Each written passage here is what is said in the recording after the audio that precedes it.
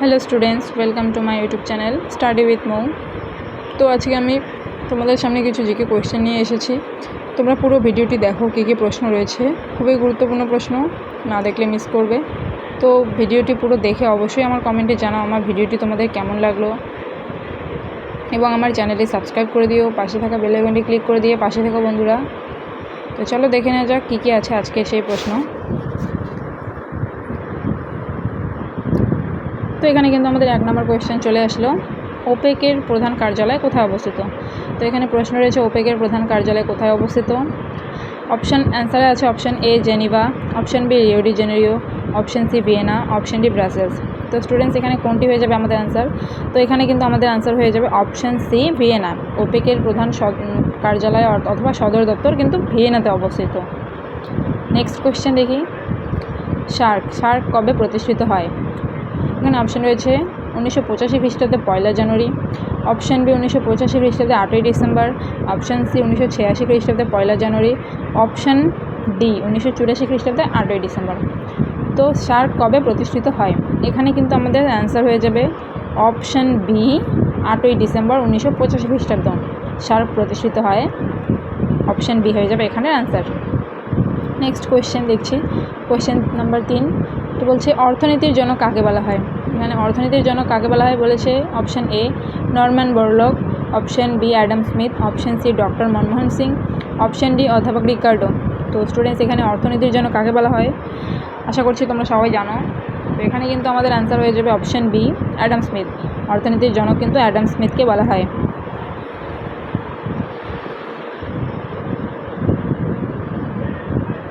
এরপর next question 4 নম্বর, সেবি কত খ্রিস্টাব্দে প্রতিষ্ঠিত হয়।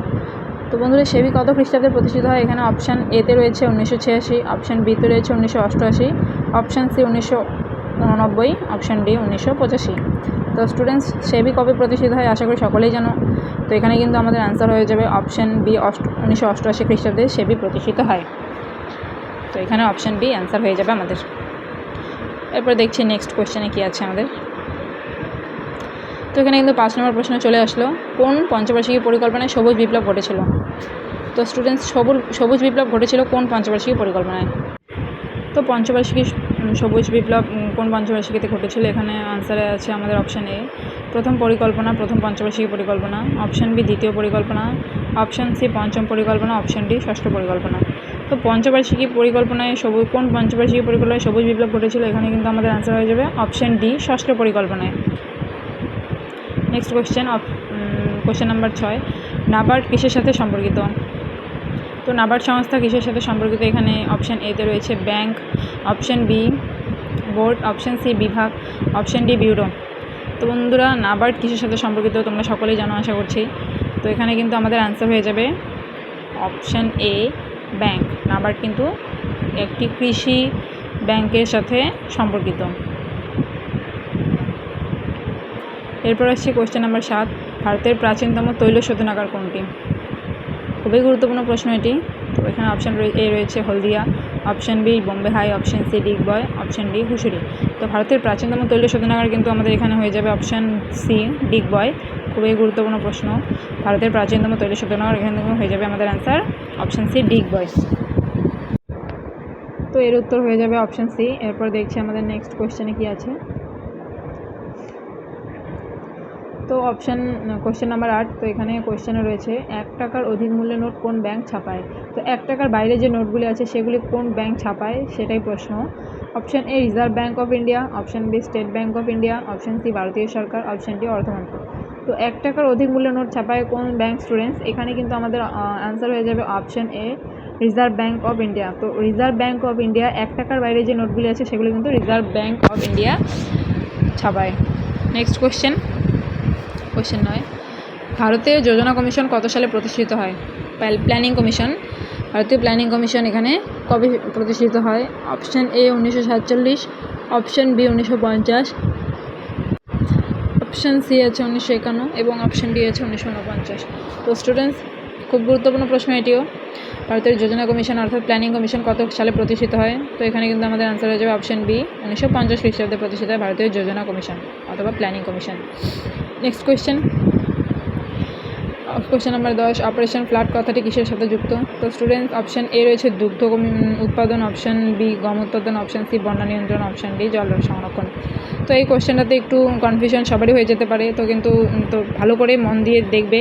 এর অপারেশন ফ্লাড কথাটি কিন্তু যুক্ত হয়ে যাবে এখানে অপশন এ দুগ্ধ উৎপাদনের সাথে সম্পর্কিত। এটাও কিন্তু খুব গুরুত্বপূর্ণ প্রশ্ন এগুলি।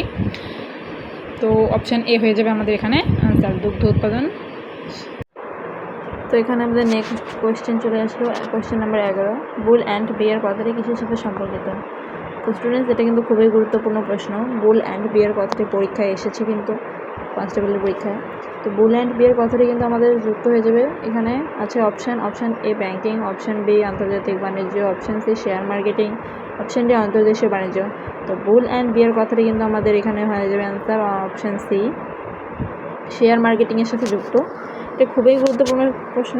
অপশন সি হয়ে যাবে এর আনসার, শেয়ার মার্কেটিংয়ের সাথে যুক্ত বুল অ্যান্ড বিয়ার কথাটি। তো এরপর চলো দেখি নেক্সট কোয়েশ্চেন কী আছে। Question number 12। তো এখানে কিন্তু চলে আসলো, কোন সংস্থা ভারতের জাতীয় আয় পরিমাপ করে? ভারতের জাতীয় আয় পরিমাপ করে কোন সংস্থা? Option a Reserve Bank of India, option b যোজনা কমিশন, অপশন সি অর্থ মন্ত্রক, option D central statistical organisation অর্থাৎ সিএসও। তো কোন সংস্থা ভারতের জাতীয় আয় পরিমাপ করে? এখানে কিন্তু আমাদের অ্যান্সার হয়ে যাবে option D, central statistical organisation অর্থাৎ সিএসও কিন্তু ভারতের জাতীয় আয় পরিমাপ করে। এখানে আমাদের অ্যান্সার হয়ে যাবে অপশন ডি। আমাদের নেক্সট কোয়েশ্চেন 13 নম্বর কোয়েশ্চেন আছে, রিজার্ভ ব্যাঙ্কের গভর্নর কার দ্বারা নিযুক্ত হন? তো আছে এ অপশন এ রাষ্ট্রপতি, অপশন বি প্রধানমন্ত্রী, অপশন সি কেন্দ্রীয় সরকার, অপশন ডি উপরাষ্ট্রপতি। তো স্টুডেন্টস, রিজার্ভ ব্যাঙ্কের গভর্নর কার দ্বারা নিযুক্ত হন?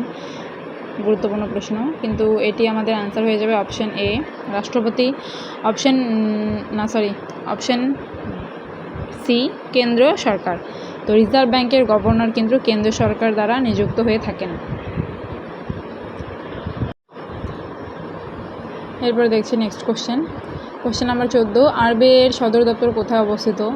রিজার্ভ ব্যাঙ্ক অফ ইন্ডিয়া যে রয়েছে তার সদর দপ্তর কোথায় অবস্থিত? Option A Kolkata, option B Delhi, option C Mumbai, option D Bengaluru. তো স্টুডেন্টস, আরবিআই এর সদর দপ্তর কোথায়? আশা করি সকলেই জানো এটি কোথায় অবস্থিত।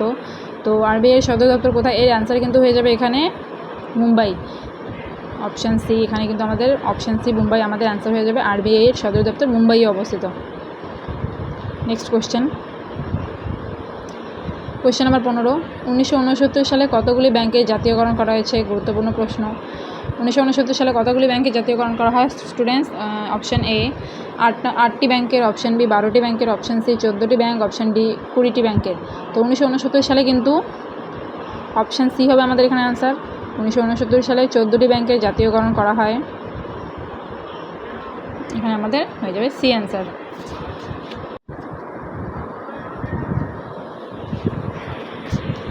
নেক্সট কোয়েশ্চেন কী হচ্ছে দেখে নিই চলো। তো লাস্ট কোয়েশ্চেন আজকে আমাদের 16 নম্বর কোয়েশ্চেন, বাণিজ্যিক ব্যাংকগুলিকে আরবিআই যে হারে ঋণ প্রদান করে তাকে কি বলে?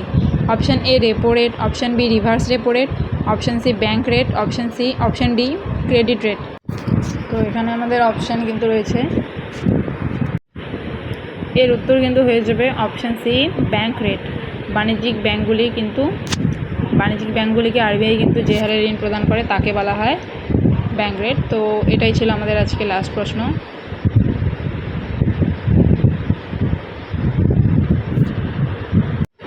তো কেমন লাগলো আজকের এই জিকে ক্লাস অবশ্যই কমেন্টে জানাবে।